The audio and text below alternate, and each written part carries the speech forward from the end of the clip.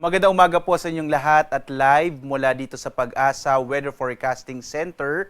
Narito na ang lagay ng ating panahon ngayong araw ng Lunes, December 15, 2025.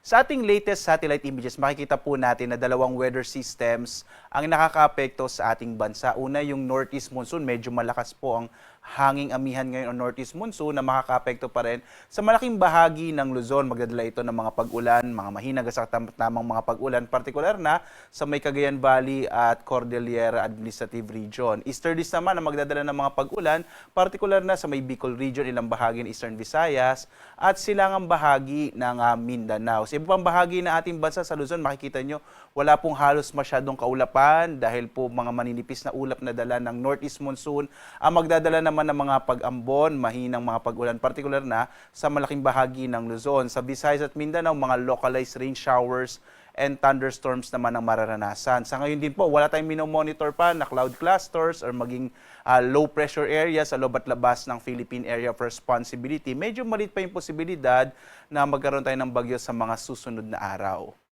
Dito nga sa Luzon, inaasahan natin ang malaking posibilidad ng mga pag-ulan, partikular na sa may Bicol Region na dulot ng easterlies. Ang nalalabing bahagi naman ng silangang bahagi ng Luzon, itong Cagayan Valley Region at malaking bahagi ng Cordillera, kasama pa rin ang Aurora at Quezon, ay makararanas sa mga pag-ulan na dulot ng northeast monsoon o hanging amihan. Localized thunderstorms naman ang mararanasan sa may bahagi ng Mimaropa dito sa may Southern Luzon. Habang ang nalalabing bahagi ng ating bansa ay makararanas ng bahagyang maulap hanggang sa maulap na kalangitan na may mga pulupulong mahihinang mga pag-ulan. Mga localized po ito na mga light rains na dala naman ng northeast monsoon o hanging amihan. Ang agwat ng temperatura sa Lawag nasa 22 to 32 degrees Celsius, sa Baguio nasa 15 to 24 degrees Celsius, sa Tuguegarao naman 21 to 28 degrees Celsius. Sa bahagi ng Kamaynilaan, nasa 24 to 31 degrees Celsius, habang sa Tagaytay 22 to 28 degrees Celsius, sa Legazpi nasa 23 to 30 degrees Celsius. Sa bahagi naman ng Palawan, Visayas at Mindanao, mga localized thunderstorms ang mararanasan sa Palawan. Agwat ang temperatura sa Calayan Islands 26 to 32 degrees Celsius, sa Puerto Princesa naman 26 to 32 degrees Celsius. Sa bahagi ng Eastern Visayas, partikular na po ito sa may Northern Samar, Eastern Samar, maging sa Southern Leyte, inaasahan naman natin ang mas malaking posibilidad ng maulap na kalangitan na may mga pag-ulan dulot ng easterlies, habang ang nilalabing bahagi ng Kabisayaan ay makararanas ng mas maliwalas sa panahon pero posible pa rin ang mga localized thunderstorms. Agwat ang temperatura sa Iloilo nasa 26 to 30 degrees Celsius, sa may Cebu naman 26 to 31 degrees Celsius, habang sa Tacloban 25 to 31 degrees Celsius ang agwat ng temperatura. Inaasahan naman natin ang maulap na kalangitan na may mas malaking posibilidad ng mga pag-ulan sa bahagi ng Caraga at Davao Region na dulot ng easterlies o yung hangin nagmumula sa Karagatang Pasipiko. Sa lalabing bahagi ng Mindanao, inaasahan po natin ang mga localized thunderstorms sa dakong hapon hanggang sa gabi. Agwat ng temperatura sa Zamboanga nasa 24 to 34 degrees Celsius, sa Cagayan de Oro 26 to 30 degrees Celsius, habang sa Davao 25 to 32 degrees Celsius. And as of 5 a.m. po today, ay may naka-issue pa rin tayo na gale warning, particular na sa mga baybayin ng Batanes, Cagayan, Isabela, Ilocos Norte, Ilocos Sur hanggang sa Aurora, dito po sa may Dilasag at Kasiguran.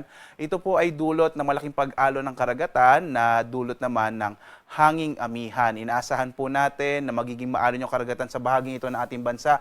Kaya delikadong maglayag yung mga maliit na sasakyang pandagat, lalong-lalo na po yung mga maliliit na mga bangka sa mga baybayin ng mga nabanggit na lugar. Bagamat inaasahan po natin sa mga susunod na araw ay bahagyang hina yung hanging amihan o northeast monsoon, kaya posible rin pong malift itong ating gale warning sa mga susunod na araw. Sa iba pang bahagi ng Luzon, inaasahan natin ng katamtaman hanggang sa maalong karagatan, habang sa nalabing bahagi ng ating bansa, banayad hanggang sa katamtaman ang magiging pag-alon ng ating karagatan. Muli po, mag-ingat, lalong-lalo na kapag may mga localized thunderstorms. Umiwas po, lalong-lalo na yung mga maliliit na mga sasakyang pandagat at maliliit na mga bangka sa ilang baybayin ng ating bansa kapag may mga thunderstorms. Narito naman ating inaasahang magiging lagay ng panahon sa mga susunod na araw. Ito po yung ating weather outlook. Bukas hanggang Miyerkules, posible pa rin maging maulan sa ilang bahagi ng Bicol Region at Eastern Visayas. Isama na rin po natin na dulot naman ng hangin amihan dito po sa may Cagayan Valley Region, Aurora, Quezon.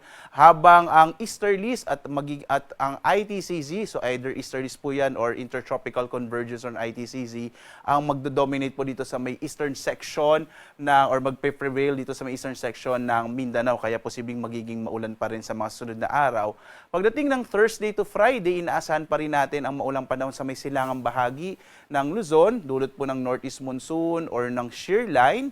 Posibleng makaapekto po ulit ang shear line sa mga sunod na araw, habang ang intertropical convergence zone or ITCZ ay magpapaulan sa may silangang bahagi naman ng Mindanao, yung Caraga area po at maging ang Eastern Visayas at maging itong Davao Region ay posible pong magkaroon ng mga pag-ulan hanggang sa pagtatapos ng linggong ito. Yan po ay magiging dulot ng intertropical convergence zone or ITCZ. Sa ngayon po, base sa pinakahuling datos na nakalap natin dito sa Pag-asa, ay wala pa po tayong namomonitor na low pressure area or maging bagyo. At least in the next 3 days, medyo maliit pa yung posibilidad na magkaroon tayo ng bagyo. Kapag meron po tayong bagong datos, ay mag-update po tayo.